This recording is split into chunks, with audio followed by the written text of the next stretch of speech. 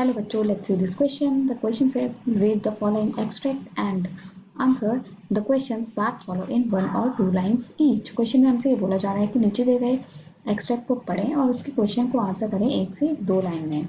The extract is it's looking over harbor and city on silent haunches and then moves on. मतलब कि वो fog जो है seat करता है और देखता रहता है हार्बर और सिटी को.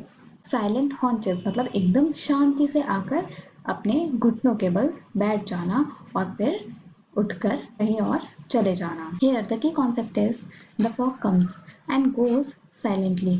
जो फॉग है वो आता है और जाता है बहुत ही साइलेंटली, धीमे से. Let's solve question number A first which says what does it refer to. यहाँ पर इट किसको रेफर कर रहा है? Solution it refer to the fog in the above extract. Above extract में फॉग ही है जो इट को रेफर कर रहा है. Question B what is it बिगेन compare to. Solution it is being compare to the cat. It जो है मतलब फॉग जो है उसको कैट से कंपेयर किया गया है. Question C where does it look. What does looking signify. It मतलब फॉग किसको देख रहा है और यहाँ पर जो लुकिंग है वो किसको सिग्निफाई कर रही है. Solution the fog sits silently on its haunches overlooking the harbor and the city. जो fog है वो बहुत ही धीमे से साइलेंटली चुपके से बैठा हुआ है अपने घुटनों के बल और वो हार्बर और सिटी को देख रहा है. मतलब वो पूरा हार्बर और सिटी के ऊपर फैल चुका है. Question D which poetic device has been used in silent haunches. Silent haunches में कौन सा पोएटिक डिवाइस यूज किया गया है. Solution the poetic device used in silent haunches is transferred epithet. Silent haunches में जो है पोएटिक डिवाइस यूज किया गया है वो है transferred epithet. Question E what does it do to at the end. It जो है वो एकदम लास्ट में क्या करता है मतलब fog. Solution at the and fog moves on. It जो है वो फॉग है और फॉग जो है वो लास्ट में उड़कर कहीं और चला जाता है. Now let's read all the objective type question and answer them. Question number A quote the line or lines that convey the idea that the fog engulfs its surroundings.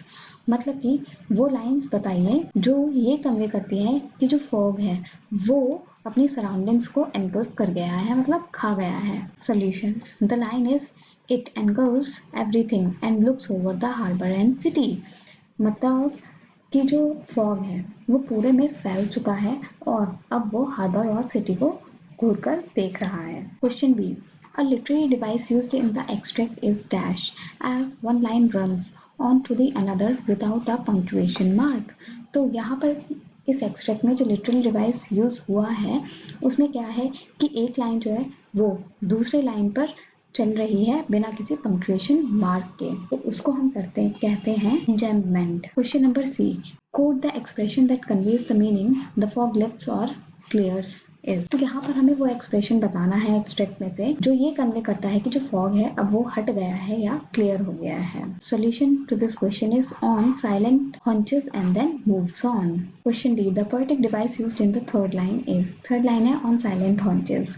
सो यहाँ पे कौन सा पोएटिक डिवाइस यूज किया गया है. Option number 1 transferred appetite, option number 2 alliteration, 3 allusion, 3 addition, 4 repetition. So solution to this question is 1 transferred appetite. So D option 1 transferred appetite. I hope you understood it well. Best of luck. Thank you.